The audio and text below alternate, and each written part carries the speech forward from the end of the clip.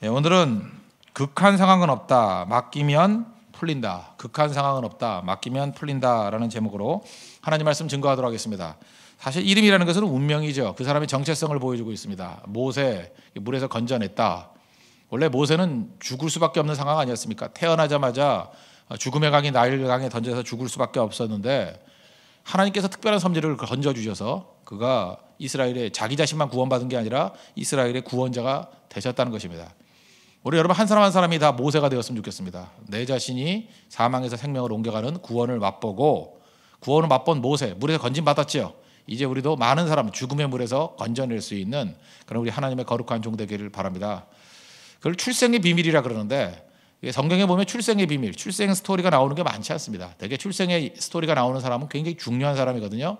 그래서 모세는 하나님께서 만세전에 택하여 주시고 그의 삶 가운데 뜻이 있다는 거예요. 뜻이. 오늘도 우리 인생 가운데 넘어지고 깨지는 것들이 있지 않습니까? 이거 우연히 벌어지느냐? 아닙니다. 나를 향하신 하나님의 뜻이 있어요. 내게 주신 은혜가 있다고요. 그 뜻을 붙들고 우리도 하나님 앞에서 쓰임받는 우리 믿음의 종 되기를 바랍니다. 먼저 1절 보겠습니다.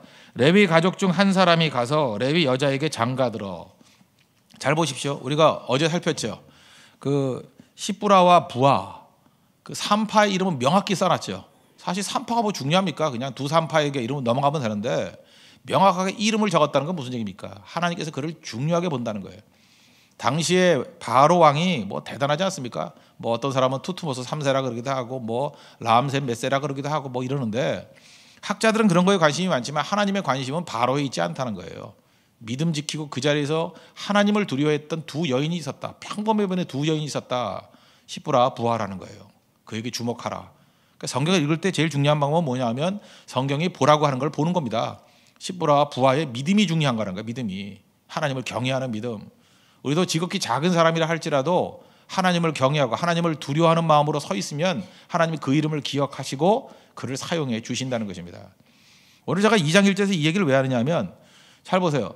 모세의 아버지 어머니 중요해요 안 중요해요? 중요한데 그냥 이름 처리도 안 하잖아요. 그냥 슬쩍 넘어가 버리죠. 레위 가족 중에 한 사람이 가서 레위 여자에게 장가들어. 야곱의 12아들이 있었는데 레위가 몇째 아들입니까?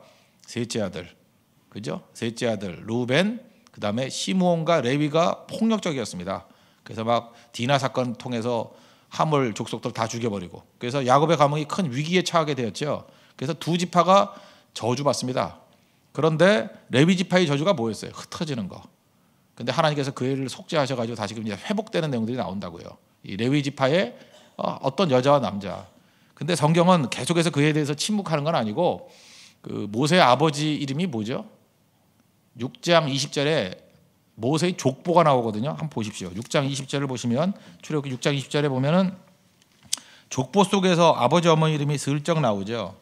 출애굽기 6장 20절 아무람의 아버지가 아무람은 그들의 아버지의 누이 요게벳 이게 엄마입니다. 요게벳을 아내로 맞이하였고 그는 아론과 모세를 낳았으니 아무람의 나이는 137세였으며 이렇게 나오죠. 그러니까 아버지 이름이 아무람 그다음 어머니 이름이 요게벳 이렇게 성경의 족보에서 나오지만 본론에서는요 별로 주목하지 않아요. 아버지 어머니가 중요한 게 아니다. 그 정도로 이 히브리 3파의 믿음이 대단한 것이다. 그걸 우리에게 지금 보여주고 있다는 것입니다. 그다음에 2절을 보십시오. 그 여자가 임신하여 아들을 낳으니 그가 잘생긴 것을 보고 석 달 동안 그를 숨겼으나 잘생겼다는 건 태어나자마자 얼굴이 잘생겼다 그런 뜻이 아니라 여기서 잘생겼다는 건 무슨 얘기냐면 하나님의 보시기에 뜻이 있다라는 거예요. 이게 무슨 얘기입니까? 우리가 아이를 볼 때 깐난하게 태어났을 때 그냥 어디가 예쁘니 못생기니 그거 보지 말고 뭘 봐야 되냐면 하나님의 시각으로 그 아이의 미래를 보는 거예요. 장차 이 아이가 무엇이 될까? 베드로를 보면서 이 천방지축 베드로를 보면서 예수님이 뭐라 그래요? 너는 베드로라 내가 이 반석 위에 내 교회를 세우리니. 그 미래를 바라본 거죠. 가능성을 바라보는 거. 지금 아버지와 어머니가 그 모세를 보면서 잘생긴 것을 봤다. 외모가 아닙니다. 그 속에 하나님의 뜻을 봤다는 거예요. 아마 기도하는 가정이기 때문에 그런 걸 봤는지도 모르겠어요. 이 아이가 범상한 아이가 아니구나. 뭔가 뜻이 있어. 이 아이를 통해서 하나님께서 새로운 길을 이끄실 거야. 라고 하는 하나님의 시각에서 아이를 쳐다봤다는 것입니다. 부모에게 필요한 게 이거예요. 자기 욕심을 투영하는 게 아닙니다. 이 아이를 통해서 하나님이 어떤 일을 하실 것인가.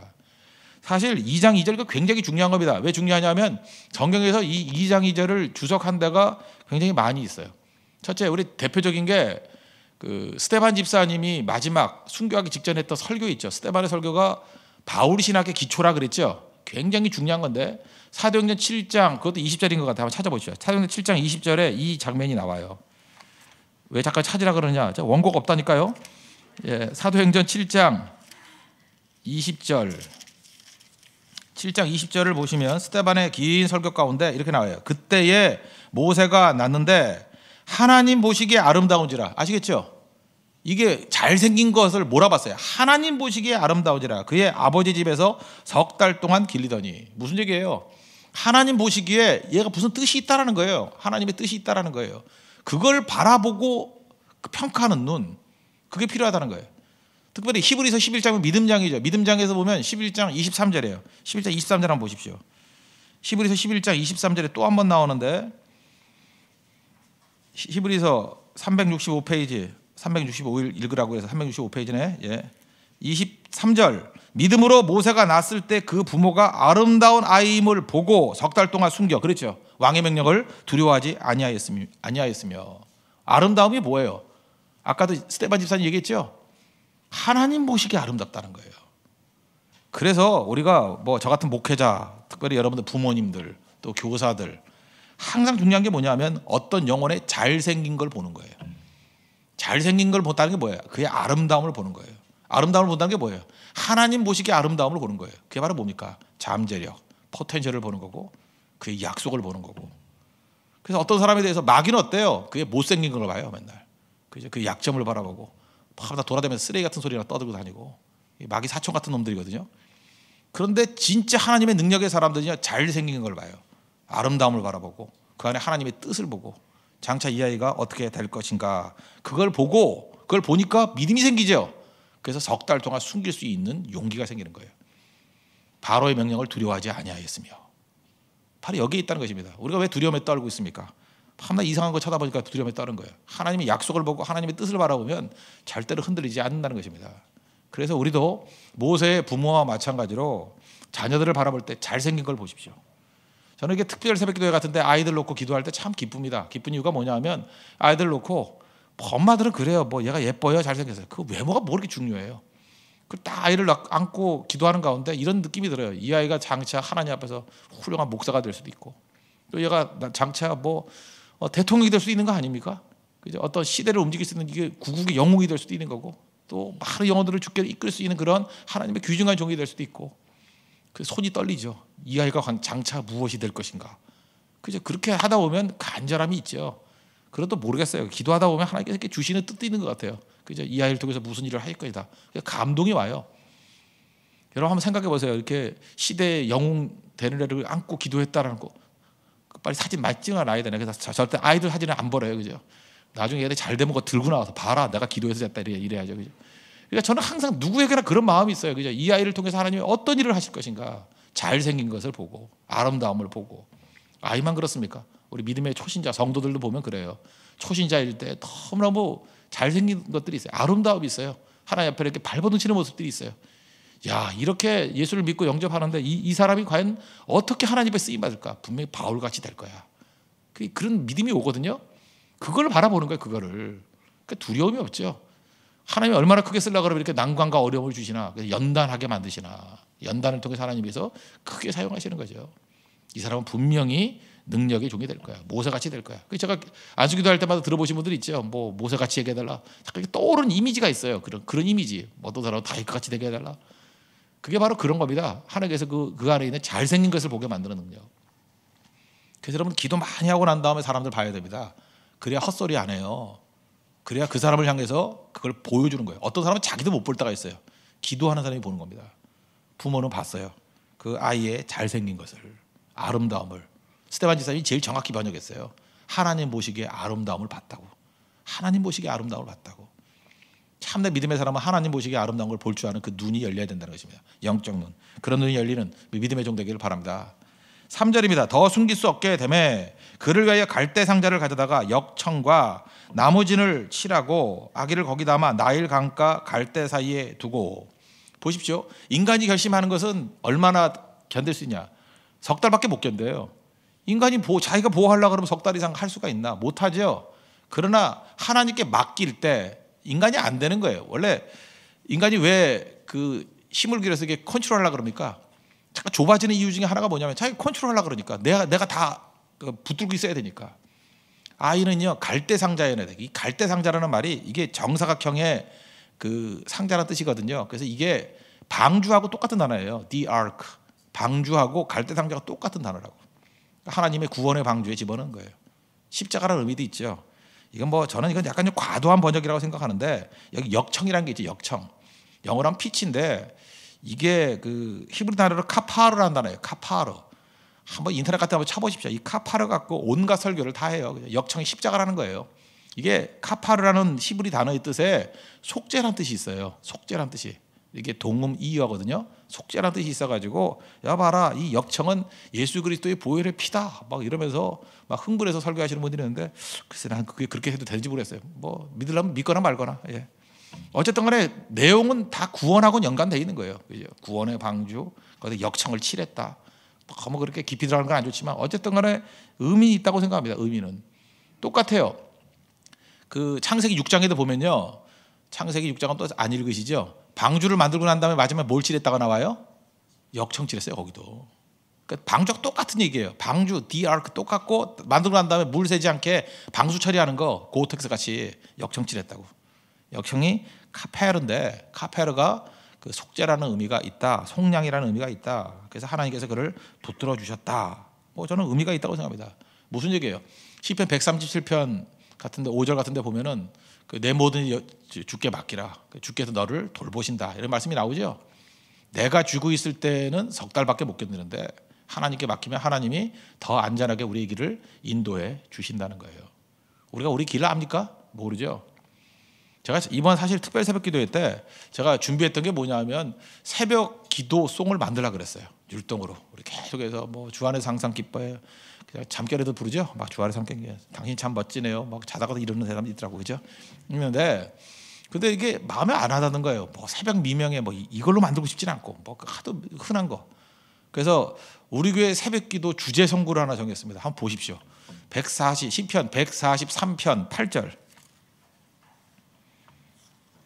봐요. 그러니까 제가 설교 준비를 하니까 얼마나 시간이 빠른지 알겠죠. 맨날 찾기가 얼마나 시간이 오래 걸려요. 143편 8절. 그래서 내가 53세인데 머리가 녹슬지는 않은 것 같아. 이게 다 기억이 나는 걸 보면 머리 좋죠. 143편 8절. 다 같이 읽읍시다. 시작. 아침에 나로 하여금 주의 인자한 말씀을 듣게 하소서. 내가 주를 의뢰함이니이다. 내가 다닐 길을 알게 하소서. 내가 내 영혼을 주께 드림이니이다. 참 멋진 말씀 아니에요. 아침에 이게 새벽이거든요. 나로 하여금 주의 인자한 말씀을 듣게 하십시오. 인자, 헤세드, unfailing love, 결코 실패하지 않는 사랑, unfailing love, 인자한 말씀을 듣게 해달라요. 그러니까 이 시편 기자가 제일 원하는 이 다윗의 소원이 뭐냐면 새벽에 아침에 제일 먼저 할 일이 뭐예요? 인자한 그 사랑의 말씀을 듣기를 원합니다. 여러분 사랑의 말씀 지금 듣고 있죠? 이게 복이라는 거예요. 새벽기도 속이죠. 뭐 새벽에 제일 먼저 뭘 보느냐가 틀린 거잖아요. 우리는 인자한 말씀을 듣는 사람이라는 거예요. 인자한 말씀을 듣는 사람. 이게 첫 번째 주제고. 그 다음 내용이 뭐예요? 내가 주를 의뢰함이니이다. 하박국 같은 데 보면 나오죠. 하나님 앞에 어떤 질문 하나 하기 위해서 6번이나 하나님을 찬미하잖아요. 신뢰관계, trust. 그죠? 하나님과 이게 관계, trust 관계, 신뢰관계. 그래서 새벽에 나와서 하나님의 은혜의 말씀을 듣고 해야 될 일이 뭐냐면 일단은 내용이 아니에요. 하나님과의 신뢰관계예요. 나는 주님을 믿습니다. 어떤 사람이 신뢰관계가 깨져버리면 아무것도 안 되잖아요. 어떤 사람이 trust, 이게 되게 중요해요. 신뢰, 믿습니다. 나는 당신과의 좋은 관계를 맺기를 원합니다. 관계입니다. 관계 회복. 그리고 내용이 뭐냐 하면 내가 다닐 길을 알게 하소서. 뭐 요즘에 뭐 show me the money 뭐 이런 거 많이 있던데 뭐 코미디에도 show me the 뭐예요? 그러니까 show me the way I should go. 내가 다닐 길. 오늘 하루 동안 여러분 다녀야 될 길을 알아요, 몰라요? 모르죠. 내 길 내가 알아요? 몰라요. 내 길 나보다 더 잘 아시는 주님이 계시죠. 저는 이 말이 너무 멋있는 것 같아요. Show me the way I should go. 내가 다닐 길. 그게 새벽에 할 기도예요. 오늘도 내가 다닐 길을 알게 해주십시오. 이게 두 번째 기도. 그리고 세 번째 기도 내용이 무엇입니까? 내가 내 영혼을 주께 드림이니이다. 내가 주님 앞에 내 모든 것들, 그죠? 내가 내 모든 것들 주님께 드립니다. 그죠? 내 모든 영혼을 주님께 드립니다. Give myself to you. 그죠? 내 모든 영혼들을 주님께 드립니다. 기가 막힌 기도죠. 이거 갖고 찬양하면 아마 하나님이 제일 기뻐하실 것 같고, 이게 여러분 평생에 새벽기도의 찬송이 됐으면 좋겠어요. 다윗이 이런 노래 했던 사람이에요. 이런 노래. 이게 바로 하나님 앞에서 능력이 될 수 있다고 생각을 합니다. 그래서 매 순간순간마다 우리 주님만 의지하고 나아갈 수 있는, 그래서 내가 내 인생을 주장하는 것이 아니라 하나님께 내 인생을 맡기고 나아갈 때 가장 강력한 인생이 될 수 있다는 것입니다. 우리 인생의 갈대상자에 우리 인생을 담는 하나님의 종 되기를 바랍니다. 그다음에 4절, 그의 누이가 어떻게 되는지를 알아보려고 멀리 섰더니. 이 누이도 나중에 미리암이라는 거 알지만 이거 누이에도 이름 밝히지도 않아요. 그냥 넘어가 버리고 믿음이 없죠. 그러니까 또 뭐 하는지도 쳐다봤어요. 5절, 바로의 딸이 목욕하러 나일강으로 내려오고 시녀들은 나일 강가를 거닐 때 그가 갈대 사이에 상자를 보고 시녀를 보내어 가져다가. 하나님의 섭리죠. 이거 우연 아닙니다. 하나님의 손이 역사하면 이런 일이 벌어져요. 잘 보세요. 공주가 목욕할 데가 없어서 강에 가서 목욕해요? 여러분 강에서 목욕합니까? 왕궁에 목욕탕 다 있어요. 근데 얘가 이날따라 갑자기 마음이 싱숭생숭했어. 그죠? 그래서 나갔다라는 거예요. 강가, 나일 강가 가자. 그래서 거기서 목욕을 한대요. 그러다가 마침이죠. 마침 뭘 봤어요? 갈대상자 오는 걸. 그 타이밍이 조금만 틀렸어도 안 되죠. 그 방향만 틀려도 안 되죠. 시녀들이 안 봐도 안 되죠. 그 다음에 열었더니 그 아기를, 6절, 열고 그 아이를 보니 아기가 우는지라. 이때 모세가 안 울어도 또 안 돼. 그죠? 또 딱 울잖아요. 그때 그가 그를 불쌍히 여겨. 또 불쌍히 여기지 않아도 안 되는데 불쌍히 여겼어요. 그 공주가 이르되 이는 히브리 사람의 아기로다. 알았어요? 몰랐어요? 알았다고. 죽여야 되는 히브리 사람의 아들인 거 알았다고. 근데 그의 마음 가운데 우연찮게 만나고 여러 번의 우연을 통해서 만나게 만들고, 그 다음에 애가 울고 갑자기 그 공주의 마음 가운데 모성애 비슷한 게 생겨가지고 얘를 내가 데려다 키워야지 이런 마음을 줬다라는 거예요. 이게 우연이에요? 아니죠. 공주가 지나갈 때 우연히 갈대상자가 간 게 아니고 하나님께서 갈대상자를 중심으로 가고 있으니까 공주를 깨워가지고 목욕하게 만들고 여기 바뀌라 그러고 가서 만나게 만드신 거예요. 필연입니다. 필연. 여러분이 역사의 주인공이라는 걸 믿으십니까? 여러분이 가면요 하나님께 세상을 다 움직여요. 나를 중심으로 다 움직여 버린다고. 모일 사람 모이고 흩어질 사람 흩어지고 살릴 사람 살리고 죽일 놈 죽이고 하나님 다 일하신다는 거예요. 그래서 하나님 손에 붙들림 받은 가장 중요한 사람이 돼야 된다는 것입니다. 7절, 그의 누이가 바로의 딸에게 이르되 내가 가서 당신을 위하여 히브리 여인 중에서 유모를 불러다가 이 아기에게 젖을 먹이게 하리이까. 정확한 타이밍이죠. 정확한 타이밍에 얘기를 하니까 그때 누이가 딱 뛰어가지고 벌써 얼굴을 본 거죠. 불쌍한 마음이니까 유모 데리고 올까요? 그랬더니 어머니가 오죠. 이번에도 제가 그 미생이라는 드라마를 보니까 거기도 그런 거 나오대요. 뭐 양말 10만 원 줘가지고 양말 이렇게 잔뜩 사가지고 그거 팔게 만드는데 누가 사요 그거? 친척에게 팔면 안 되죠. 아는 사람 팔면 안 되죠. 뭐 그런 거 빼놓고. 근데 거기서 얻었던 중요한 인사이트가 무엇입니까? 필요예요. 필요를 아는 눈이에요. 필요를 아는 눈. 나중에 깨달은 게 뭐예요? 아하, 찜질방인지 거기 뭐 사우나인지 모르겠지만 직장인들이 피곤하니까 저녁에 찜질방이나 뭐 사우나 갔다가 나오면서 이제 야근하는 뭐 그런 게 있는가 봐요. 그 앞에서 파니까 다 팔리는 거예요. 보통 때 양말 필요 없어요. 속옷 필요 없어요. 근데 아무 준비 없이 나갔다가 찜질방에서 나올 때는 새로운 양말, 새로운 속옷이 필요할 때죠. 니들을 알고 니들을 채우는 거예요. 오늘도 여러분 아침에 하나님께서 지혜의 말씀을 주시면, 은혜의 말씀을 주시면 그 니들을 보게 하는 눈이 있어요. 무슨 얘기예요? 다른 사람의 니드가 보인다는 건 뭐예요? 사랑하는 마음이에요. 이기주의자는 그래서 망하는 거예요. 나밖에 모르니까 답을 못 찾는 거예요. 근데 나를 죽이고 어떻게 하면 내가 이웃을 살릴까 하면 그들의 필요가 보여요. 엄마는 아이의 필요가 보여요. 보이죠? 상대의 필요가 보이니까 그거를 채워주다 보면 다 살아나게 된다니까요. 필요가 뭔지를 알게 되니까. 상대의 필요를 볼 줄 아는 눈. 그래서 하나님의 능력이 임하면 사업도 잘하게 돼 있습니다. 교육도 잘하게 돼 있고 뭐든 다 잘하게 돼 있어요.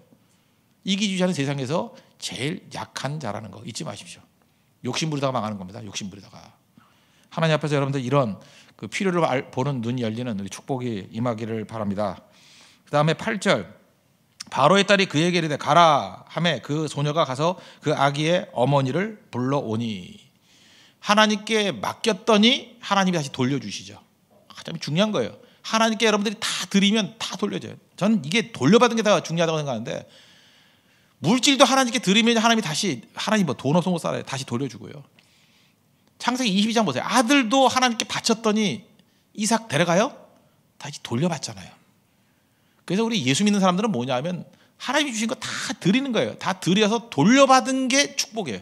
받을 때는 달라져요. 이전에는 내 아들 이삭이었는데 창세기 22장에서 하나님께 드리고 난 다음에 돌려받은 아들은요, 이제는 뭐예요? 여호와 일의 아들이에요. 여호와께서 미래의 모든 것을 예비하신 아들. 다르죠? 이게 인생에서 중요한 거예요. 돌려받는 인생 되십시오. 돌려받는 인생. 내 삶의 모든 걸 다 주님께 드릴 줄 아는. 모세도 어찌 보면 돌려받은 거죠. 하나님께 드렸더니 돌려받은 인생. 그런 인생 살아야 된다는 것입니다. 9절, 바로의 딸이 그에게 이르되 이 아기를 데려다가 나를 위하여 젖을 먹이라. 내가 그 싹스를 주리라. 여인이 아기를 데려다가 젖을 먹이더니. 자기 새끼 키우면서 돈 받고 키우는 대표적인 여자가 요게벳입니다. 그죠? 정부에서 돈 줬어요. 그죠? 우리도 이랬으면 좋겠는데, 우리 애들 키울 때 우리가 돈 다 냈는데, 그죠? 이게 바로 그예요. 하나님께 드렸더니 정부에서 돈 줘가지고 싹스를 받아가면서 자기 아들 키우잖아요. 그리고 다 크고 난 다음에 우리가 그렇게도 뭐 출세이길 그러는데 바로가 데려가잖아요. 10절, 그 아이가 자라매 바로의 딸이 딸에게로 데려가니 그가 그의 아들이 되니라. 바로의 공주의 아들이 돼버렸어요. 그가 그의 이름을 모세라 하여 이르되 이는 내가 그를 물에서 건져내었음이라 하였더라. 이게 기적 같은 인생이라는 거예요. 오늘 여기서 우리가 알 수 있는 것이 무엇입니까? 여러 가지가 있는데 첫 번째 메시지는 뭐예요? 그의 아름다움을 보는 눈이 열려야 돼요. 하나님의 눈이 열리기를 원합니다. 그래서 필요한 게 뭐예요? 새벽마다 깨서 시편 143편 8절, 이거 여러분 웬만하면은 한글 성경으로 외우시고, 영어로도 제가 볼 때 NLT 같은 게 좋은 것 같아요. NLT 같은 거로 외우시고 NIV로 외우시든지 하여튼 외우십시오. 외워서 새벽이 주제가 되었으면 좋겠어요. 그래서 하나님께 맡기면 주님께서 가장 좋은 곳으로 주신다. 그걸 붙들었으면 좋겠고, 세상에 우연이 하나도 없습니다. 하나님께서 우리 삶을 주관하시고 또 주님께 믿음으로 맡겼을 때 가장 좋은 걸로 돌려주시는 은혜가 있다라는 거예요. 이런 충성과 은혜가 있는 믿음의 종 되기를 축원합니다. 모두 자리에서 일어나겠습니다. 우리 401장 1절 찬송하고 기도하도록 하겠습니다. 401장 주의 곁에 있을 때.